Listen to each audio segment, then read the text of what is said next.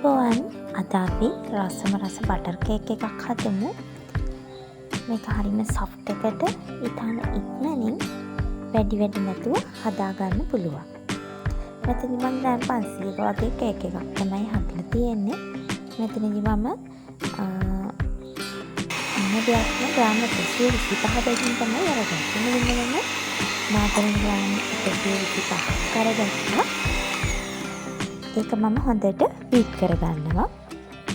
මේක විස්ක් කරලා වුණත් ගන්න පුළුවන්.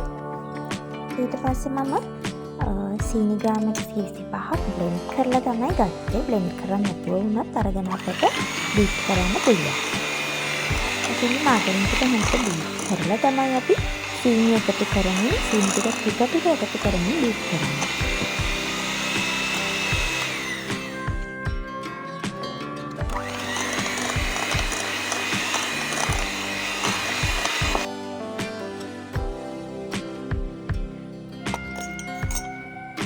සීනි ටික බ්ලෙන්ඩ් කරගත්තම පස්සේ ඒ නිසා මම බ්ලෙන්ඩ් කරලම අරගත්තා.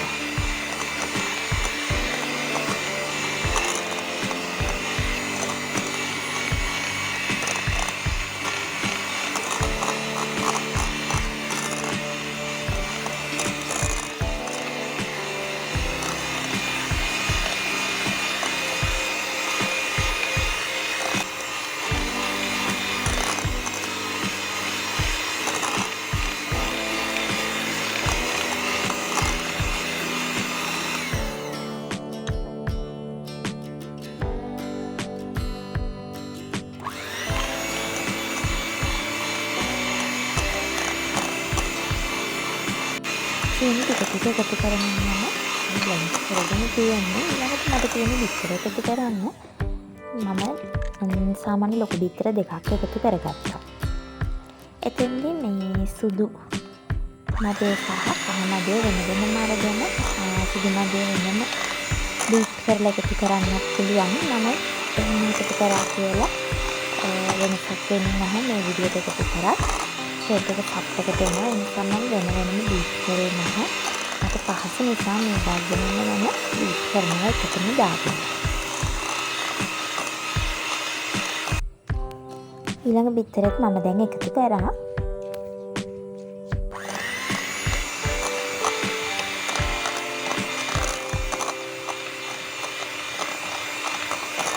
බිත්තර එකතු කරාට පස්සේ තමයි අපි එසෙන්ස් එකතු කරන්නේ. වැනිලා එසෙන්ස් බින්දු කීපයක් එකතු කරගන්නවා. බිත්තර දෙකම බීට් කරලා ඉවර වුණාට පස්සේ දැන් නැවතත් බීට් කරගන්නවා.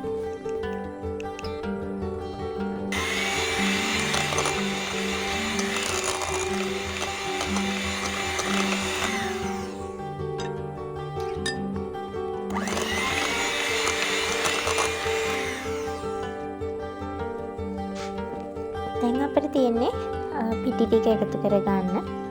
ඔයාලට කේක් පිටි එකතු කරන්න පුළුවන්. මම නම් සාමාන්‍ය පාන් පිටි තමයි එකතු කරගත්තේ ග්‍රෑම් 125ක්.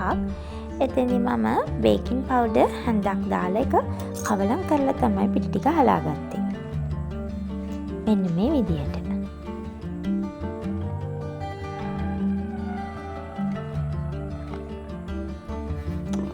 දැන් මේක ස්පැචුලා එකකින් කවලම් කරගන්න පුළුවන්. මම බීටරෙන්ම දෙසරයක් බීට් කරගත්තා.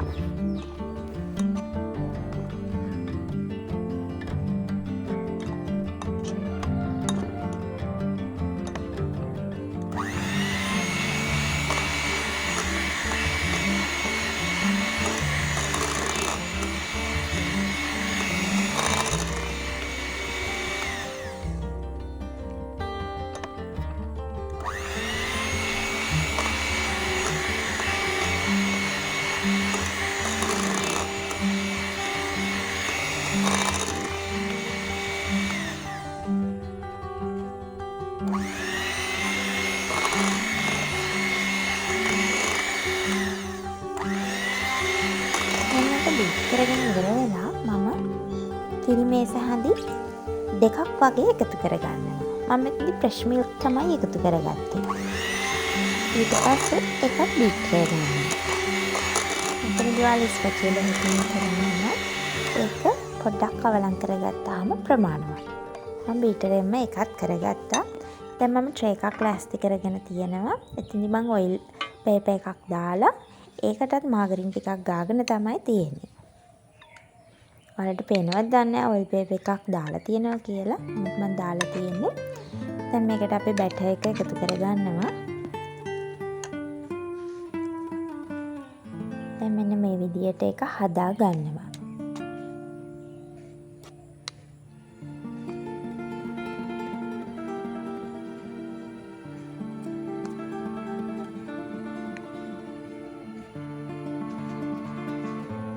දැන් මෙන්න මේ විදියට පොඩ්ඩක් ටැප් කරලා මේක oven එකට දානවා. මම සෙල්සියස් අංශක 180 විනාඩි 45ක් විතර බේක් කරගත්තා.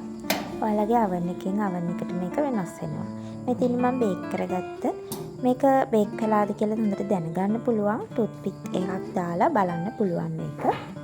මගේ කේක් එක හොඳට බේක් වෙලා තියෙනවා. සුවඳ එනවා.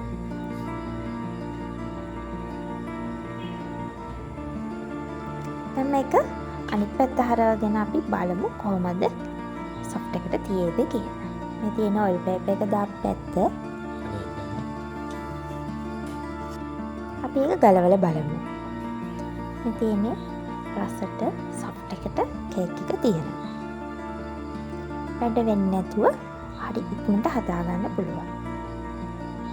ඔයාලත් මගේ කේක් එකට කැමති නම් මේ විදියට හදලා බලන්න. ඒ වගේම මගේ වීඩියෝ එක යාළුවෙක් එක්ක ෂෙයා කරගන්නත් අමතක කරන්න එපා. ඔයා තාම subscribe කරේ නැත්නම් මගේ channel එකත් subscribe කරන්න. ඔයාලා හැමෝටම සුබ දවසක්. අලුත් වීඩියෝ එකකින් නැවත හමු වෙමු.